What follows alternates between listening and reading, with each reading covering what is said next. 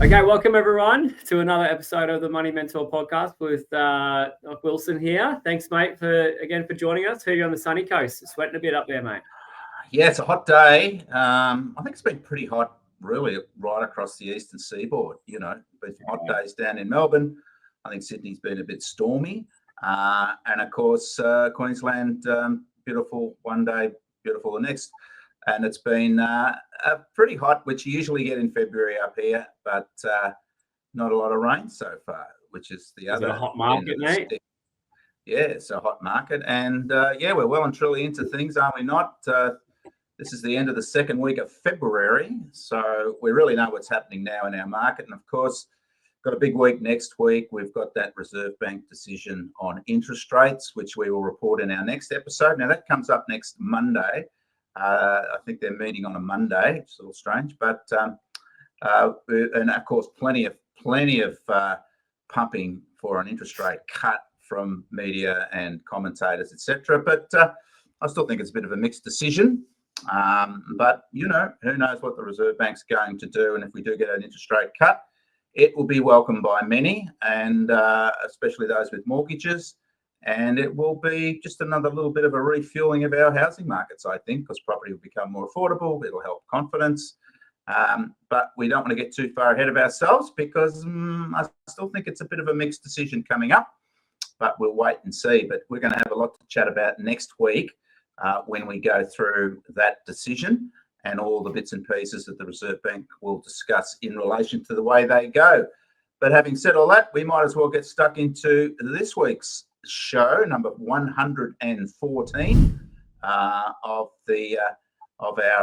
podcast. And of course, our weekly podcast is brought to you in conjunction with the good folks at Infinity. My Housing Market is my brand, and we speak about the current state and future prospects of housing markets. We bring all the latest data as it comes through, and it is a movable feast. Things do change from week to week. We don't just discuss house prices and house rents per se. We look at all those correlating factors that go to generate activity in the housing market. We've already discussed that today a little bit in terms of interest rates, which are important. So, another week goes past. We're halfway through February, but we really know, the markets are really starting to take shape now. It's still early season activity, so a bit of a way to go. And there are factors which will influence that, not least of all, of course, interest rates if they do fall next week. So let's get going with number 114, the week ending Wednesday, February the 12th. And this week we're going to look at the latest rental data, January home rents. There's been some better news for rents over the last 6 months. We went through a period over a couple of years with skyrocketing rents, quite unprecedented increases in rents, really everywhere in Australia, certainly all the capitals, and completely ridiculously low vacancy rates. Last year, I guess, and not surprisingly, we started to see some easing in that very strong demand and rental growth in our rental markets, and a few factors determining that easing of that strong growth. We'll talk about that in a sec. But we have the latest January home rental data. Of course, rents are affected to a large degree in December and January by, yes, holidays. And you do get less demand for people moving, fewer students, of course, because it's the holiday period. So therefore, you tend to get higher vacancy rates and steady rental outcomes for asking rents during January and December. However, this January data this year has started to tighten up. So the end or the moderation of those seasonal effects through December. But we'll have a look at that data.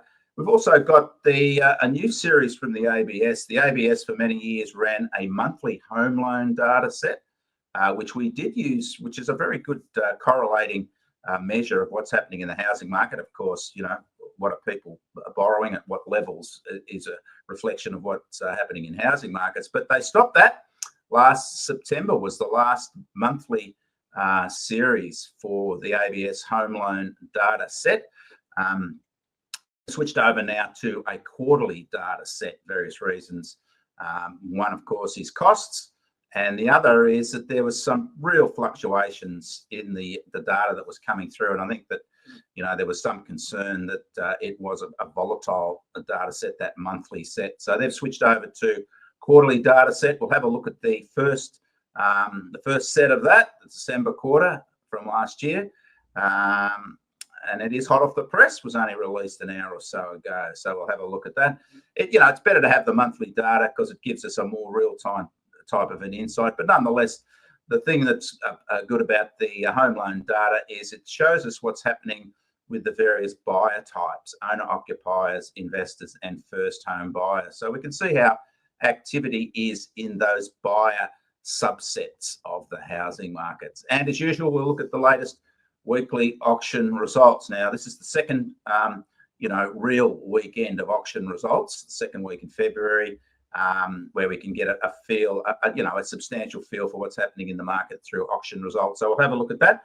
And it was another, pretty positive week for auction activity. So markets are holding up generally, particularly Melbourne and Sydney. And Melbourne looking quite good in terms of its recent history for auction activity. But it is early days. We need a few more weeks just to see if that consolidates. So let's get started and have a look at the home rental markets. And home rental markets did tighten over January. Yes, still a holiday month, but I do think that was a bit of that was the easing of the seasonal effects, the holiday effects of December, when there is certainly a big falling away in demand for rental properties.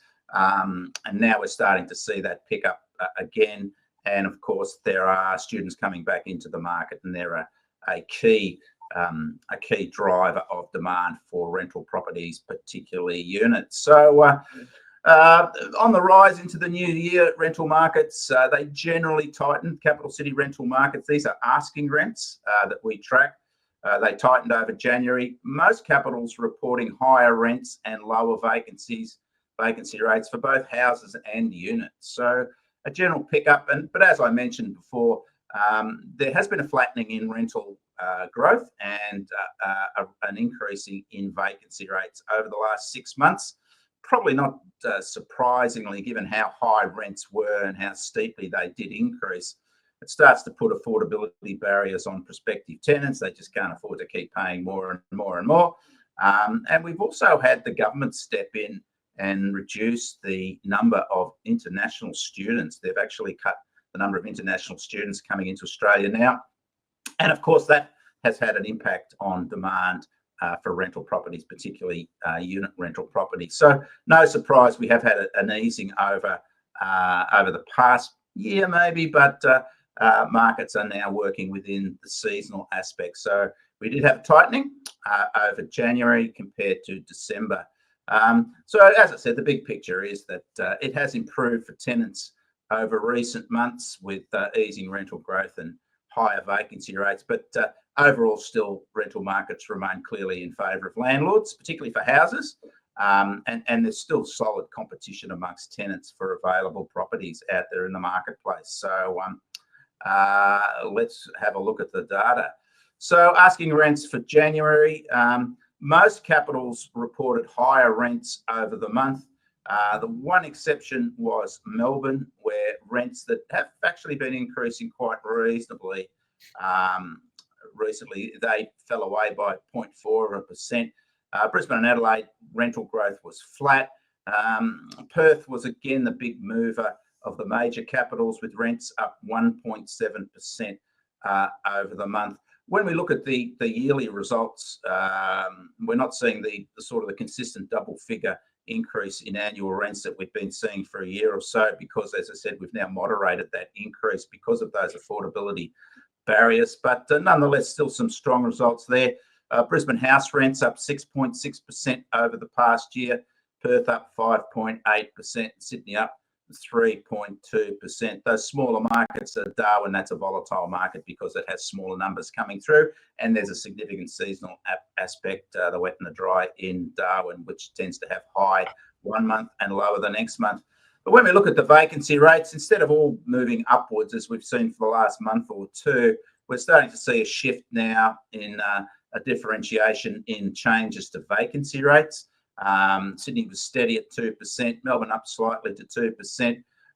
But generally there was, for every rise, there was a fall in vacancy rates compared to what happened the previous month. But when we do look at vacancy rates, most vacancy rates are either at or below 2%, with the exception of Canberra there, which is at 2.9%. So that still reflects very much a tight market for rentals for houses. We sort of look at 2.5% as the flat position for vacancy rates, where rents are sort of going nowhere. Anything above 2 to 2.5%, we tend to see higher rents. Anything below 2%, lower rents, we tend to see higher rents. So very much still a tight market there on the vacancy rates for houses. And as I said, we're sort of seeing that shift start away from the reduced demand for the holiday period. And I would expect to see, once we see the February results, that there'd be a more consistent downward movement in vacancy rates. So that's houses. Let's have a look at units. A similar story there with units. Most either were flat or higher. In fact, all were either flat or higher over the month. Melbourne, a good result there. The Melbourne unit market has really revived in terms of rents over the past year. Melbourne unit rents up by 1.4% over the month, which was comparable to Adelaide and Perth, 1.5, 1.6, Hobart up 1.4%. A very small market, Hobart, for units, so that tends to be volatile. But Perth, again, consistently leading the charge with most measurements in terms of housing market activity, whether it be prices or rents. But yeah, as I said, Melbourne up by 1.4% over the month. Sydney, Brisbane, Darwin and Canberra rents were flat over the month. But the annual results are quite interesting. Melbourne up 4.5% over the past year for unit rents. Adelaide up 8.6%. Perth again leading the charge, up 9.2%. Now, vacancy rates, it's interesting that when you look at all of them together, I guess you'd say that vacancy rates are higher for units than they are for houses. But when we look at those that big three, I guess we'd call them, of the major capital cities, Brisbane, Adelaide, Perth, their vacancy rates are still quite low, 1.8% in Brisbane, 1.4% in Adelaide and 1.2% in Perth. Sydney vacancy rates high, and Melbourne vacancy rates up at 3.6%, but it hasn't stopped rents growing in Melbourne. And I think that's based on what are segments of the Melbourne market which have higher levels of demand than others. But notwithstanding those higher vacancy rates in Melbourne overall, Melbourne is still recording some quite positive rental growth. And you can see there, when we look at vacancy rate changes over the month, mostly on the downward movement. So again, just moderating that seasonal effect that we had through December, and vacancy rates are starting to tighten generally in capital city unit markets. So it'll be interesting to see when we get those February results in a couple of weeks. So what we expect this time of the year, a shifting of less demand, higher vacancy rates, weaker rental growth.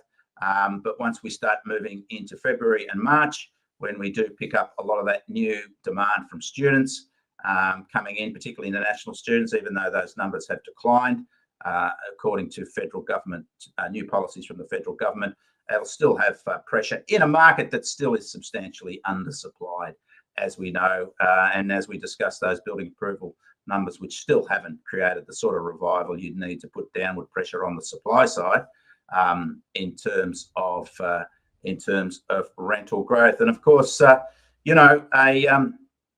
cut in interest rates will only help demand again from those who perhaps have been sitting on their hands going forward. That's if we get one next week. So if you want a copy of the January 2025 My Housing Market Rent Report, there's a QR code. Just take a picture of that on your phone, and that will give you a link to a PDF copy of our latest January rent report. So, as I mentioned before in some detail, we've got a new data set from the ABS, and that's for home loans. Now, they've been running home loan data sets for quite some time, but this is now a quarterly set, which has replaced the monthly data set. So let's have a look at the latest data on the quarter. So this is the December quarter, so that's the 3 months to December.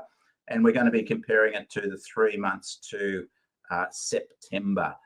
So it is a bit backward looking, but nonetheless, it's the start of a series where we can get at least a feel for what's happening in a significant, obviously correlating data set to other factors such as prices and rents in terms of activity in the housing market. So December quarter, seasonally adjusted owner or housing loans, total dwelling housing loans, just down modestly by just 0.4%. So basically flat over the quarter. Owner occupiers, however, are up by 2.2%. First home buyers were up 1.3%, but the big shift was from investors, where they were down by 4.5%. Now, investors have been, as we'll see in a sec, the real strength of home lending over the past 2 years. Higher prices and higher rents have obviously encouraged a lot of investors to get into the marketplace. That started to ease over the December quarter, down by 4.5%. But total home loans, when we look at the annual data set, are higher by 7.2% over the year. And when we look at the chart for home loans, you can see there just that easing over December versus September, but still well ahead of where it was a year ago. And this is total dwelling home loans.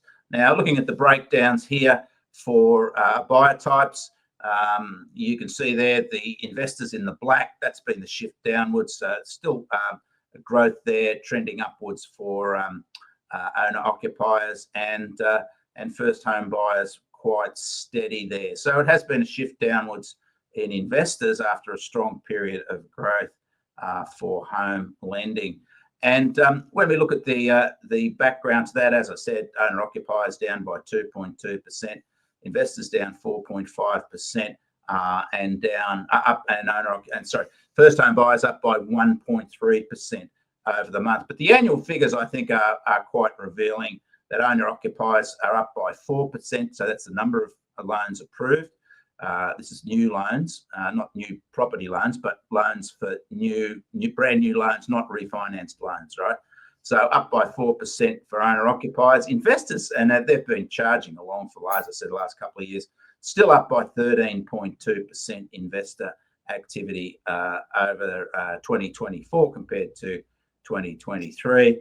First home buyers just up by 0.2% over the year. So higher prices have obviously started to curtail activity from first home buyers.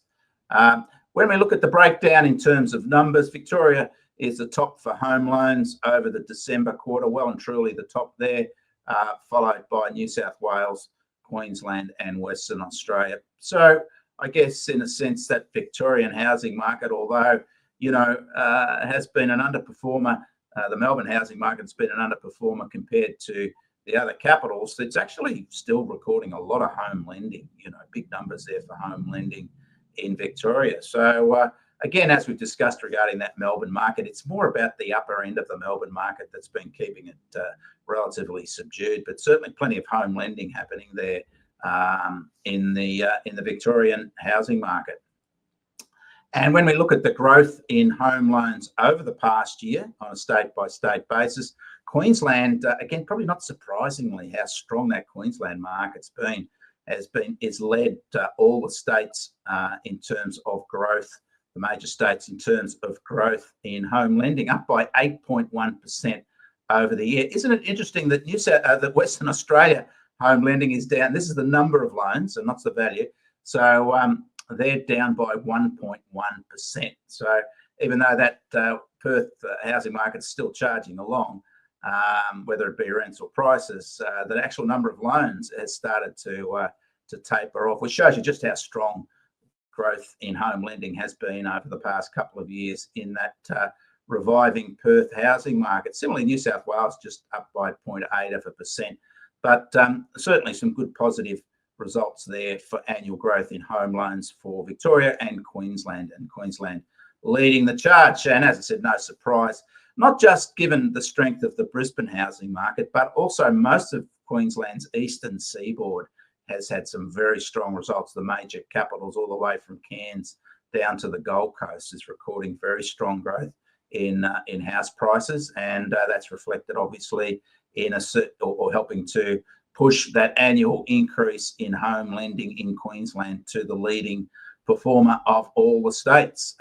So let's have a look, just finishing off at our latest weekly auction results. It was the second week in for the market. You know, I mean, we really don't count much that happens in January because it's typically more holiday markets that are where you see auction activity, so numbers are low, and it's not covering really the whole spectrum. Even early in February, we're still don't have the large numbers to get a real solid fix, but we are getting numbers that are enough to understand what's happening in the market. So the second week of the year, another positive results really, particularly Melbourne and Sydney. There was a surge in listings, no surprise there, because as the market moves into the full business year, we get more listings coming through. And also tracking above in Melbourne and Sydney where they were last year. There was some scuttlebutt going around about after the first week of auctions that numbers were falling away compared to the same time last year, which was a very strong year for sellers overall, you know, as the cycle started to attract sellers into the marketplace. So it's good news that numbers are similar or if not higher than where they were a year ago, considering how strong the market was a year ago. So you know, I think overall, at least the starting point to the auction market shows that we're in for a pretty solid year again, without sort of getting too far of ourselves, because we've got a long way to go, particularly given maybe the prospect of an interest rate cut, which will only help our markets, which nonetheless are still performing quite solidly. So let's have a look at the numbers here. Big weekend for auctions there in Sydney, 785 auctions in Sydney. Just some issues there with those numbers. We will start to look at how we perhaps take those numbers with a grain of salt. But nonetheless, that's what we had come through in terms of auction numbers. 785, good clearance rate there in Sydney, 76.8%. You know, from large numbers of auctions, certainly well ahead of the week before. Clearance rate was also higher than the week before.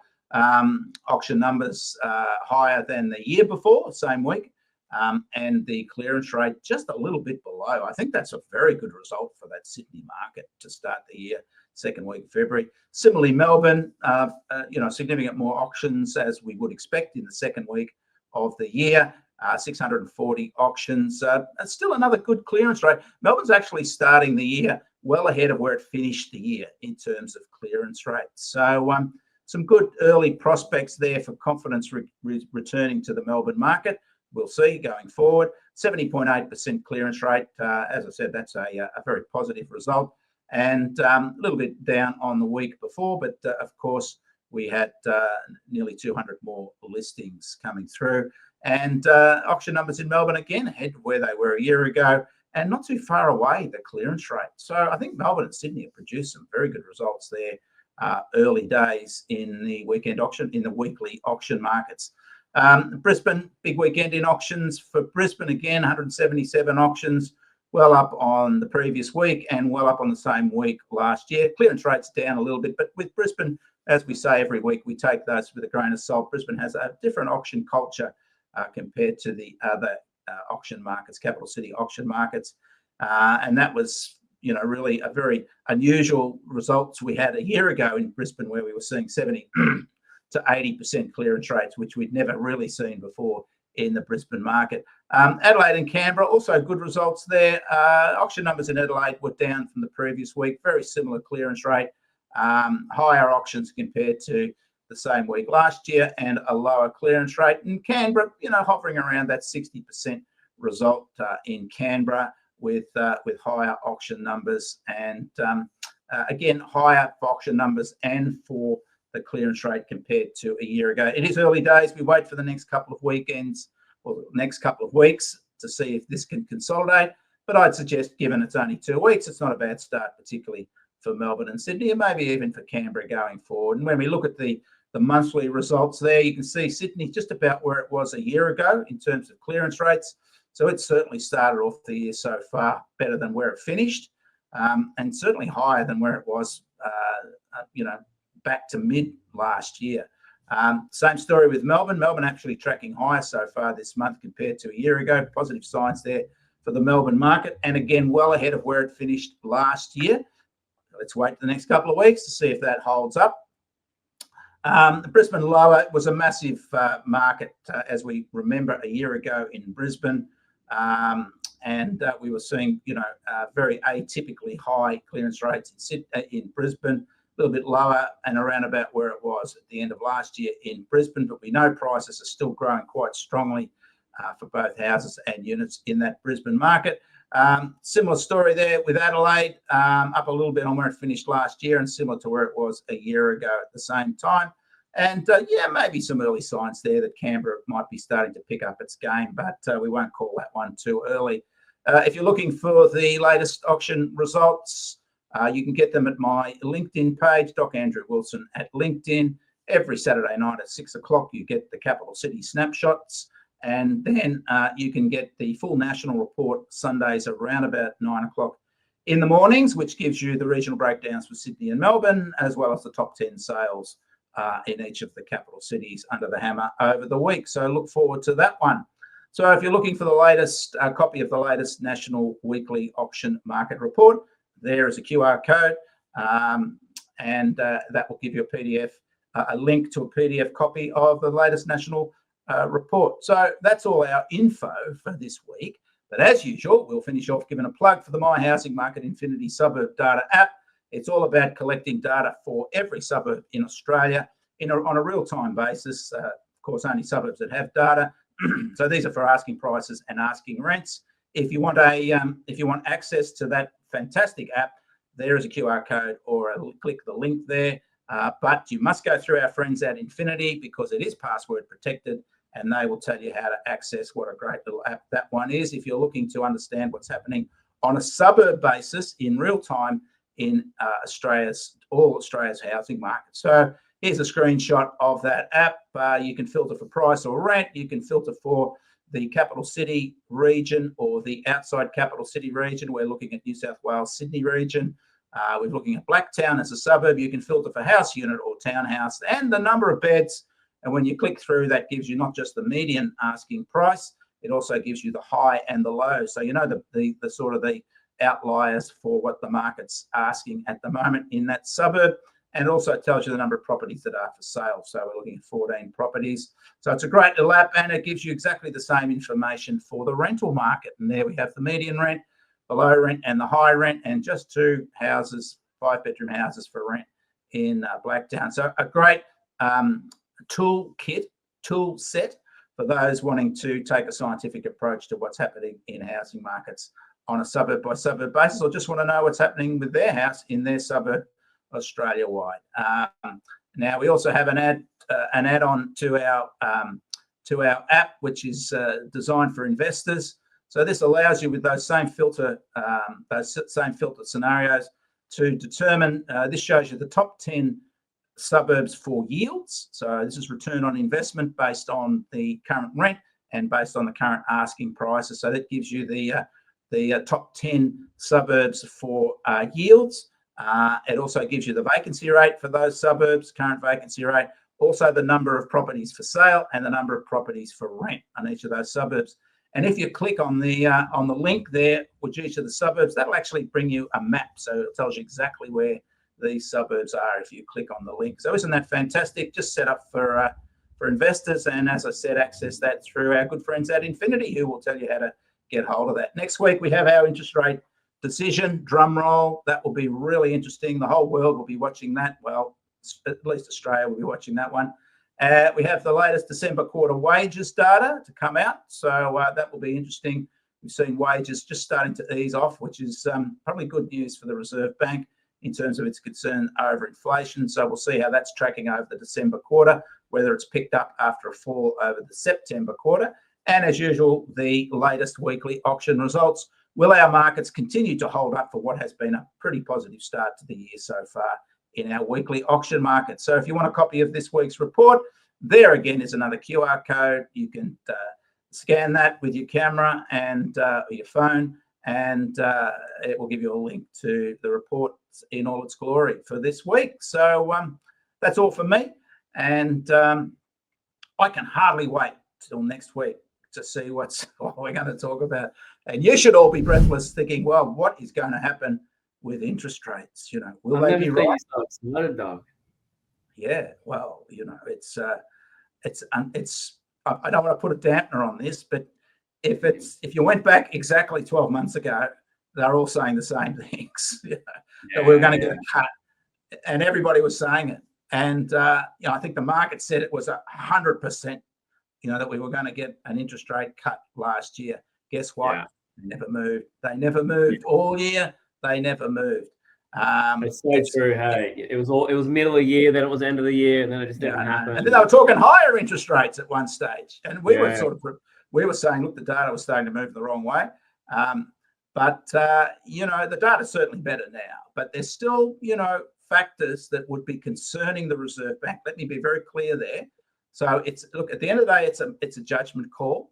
They can play safe and leave it as it is. But it's been quite a while now, and but other markets, other jurisdictions, the US has said no, we're going to sit on our hands for a while for interest rates. So there for every plus there's a minus in terms of the argument for rates. So let's await the decision. Regardless, it's all very positive, though. Nothing. Well, that's what I mean. That's right. I mean, this is the point. We have a full-speed economy. Housing markets are still, after a couple of years of growth, are still on the upside. Latest auction data is a positive. And even early signs that Melbourne market might be starting to kick itself back into gear after what's been a couple of years of subdued activity compared to the other capitals. So, it's going to be very interesting. But I think the whole point is we're not talking higher interest rates at this stage, and that will be a negative for the housing market. And like I said, just about everybody and his dog or her dog are talking an interest rate cut next week. So we'll see. Yeah. No, it's good, Doc. It's everything's looking really positive, and really looking forward to seeing you on stage again this weekend. Big Rem, so that's our biggest one yet. So hopefully you don't have too much stage fright, mate. Eh? Well, no, I'm a bit old for that now, and that's I think that left me about 3 decades ago. But you never know. I mean, as long as there's some alcohol around. No, I didn't say that. No, G, mate. All right, mate. Well, thanks so much. It was a really good week, and looking forward to seeing you on the weekend, mate.